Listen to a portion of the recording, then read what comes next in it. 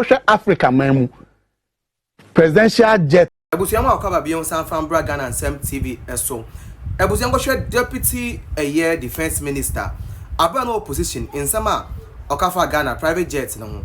Ene ende abra power in sama okafa Ghana private jet no yewi a yebedi nkomo yenkombra. Osha Africa memu presidential jet a ewo Africa edi mu pa. Si yehwehwe be se miensa Ghana ka ho. Em South Africa ni kuro ba kope bi ene omo de no esen Ghana. Enu nti ene timi ye mampani bi fe. Ema obesre Ghana say mumfa mu wiem hyen ne mame na memfa ntu kwan. Because it is fit for purpose. A few moments later. Well done. And I mean, says sending na ka ho omaka say ye here a new presidential jet. And now monka. Oh, and I make say omo share omo assessment ni na presidential jet no and yet fit for purpose. Okay, so that's the assessment. But all right, Ebusuya, yemo akwa biom san from Brogya Genfi Sènse TV eso. Unim send ye no ba no like no wa share. No wa turn on notification button no. Kire say wa subscribing so dia mayen.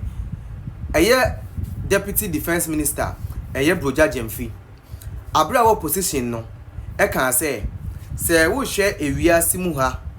Amanama ye twa ye ho ahya nyina.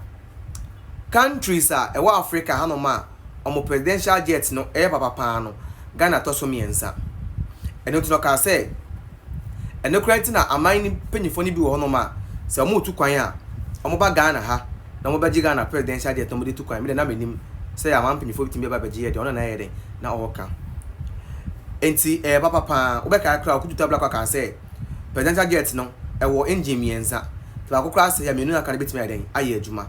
Now you guys said all these things, right? And then you will be away. And then you busa we radio to say, I was here talk presidential jet no frana. Boga say, we share you know, omo kwaye, kind of saying report ni we ni buy na. Find out we need to say, yeah, presidential jet, me assessment ni be away. Let's say it is not in a good condition, bro. What's changed? Because when him say, the na kufa do airton, when him say nka otoya, nka nya de onu kwa na be use o. Because according to information oto a deep be 6 to 1 year airco ansana aba be drew o man mu. So probably na sanka e kufa do toya. Nka John Dramani Mahama in a be use. When him say but propaganda enti NDC4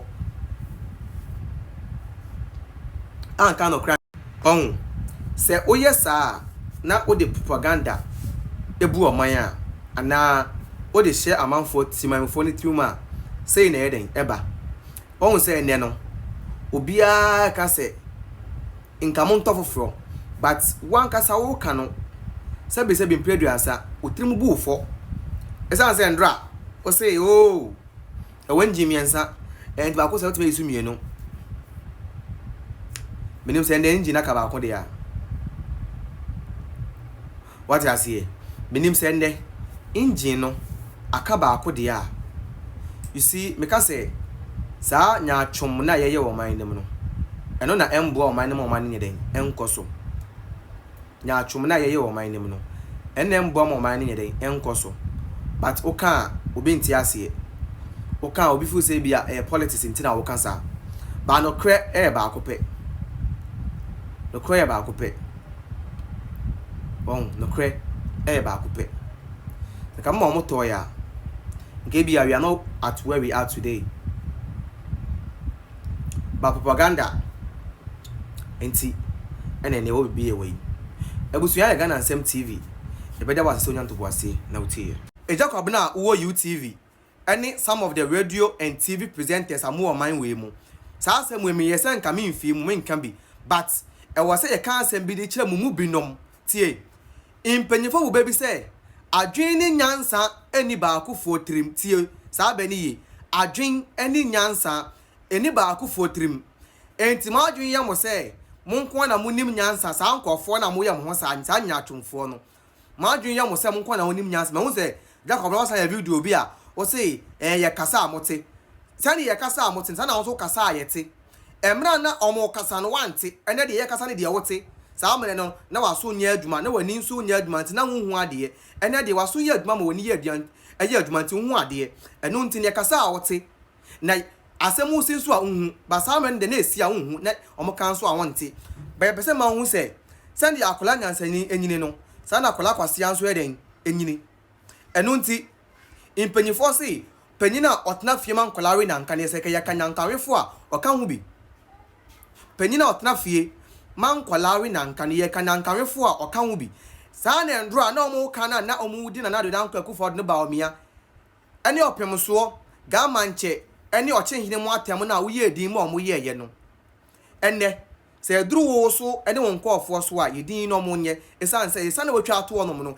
eno na nkola no hwe no mo di so esan panyi se esan se panyi fo se de odi akire no sua de odi kan no enantie eno nti na esan na mo twa to no mo no eno na mo gusu a mo hwe de yakọ eno nti se woni hwe kana se oba be san be abe man kofu bu afu a ebe ye beta se obeye din na watena sa wo TV station popotwa no no mo no na wa de obeye esan se amount for respect o men nye ma amount for respect on ma no eso ntin fa mba form na wo yesa wankasa e na ogu hu ani mase eno ntin no ye panyefo se obanyansafo we no ye buni be ne yenka na asem Robert Johnny on you in 4 years.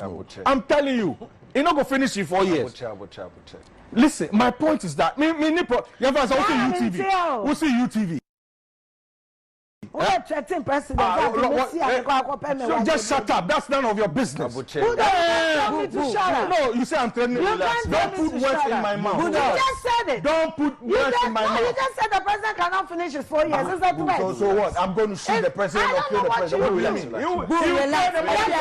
things you are saying, I'll be called as a witness. No, nobody will call you as a witness.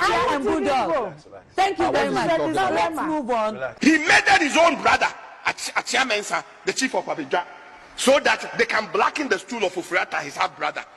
This nonsense will not be tolerated. Are they the only Ghanaians? Why should we allow one small family to dictate to us? It will never happen. Let me tell them something.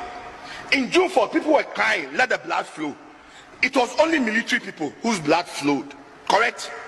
Today, as I hear let the blood flow, it is the blood of the Achin mafias that will flow. There are two ways that I see. If we allow Akufo-Addo and his stupid Jimensa, that stupid girl, that idiot of a girl.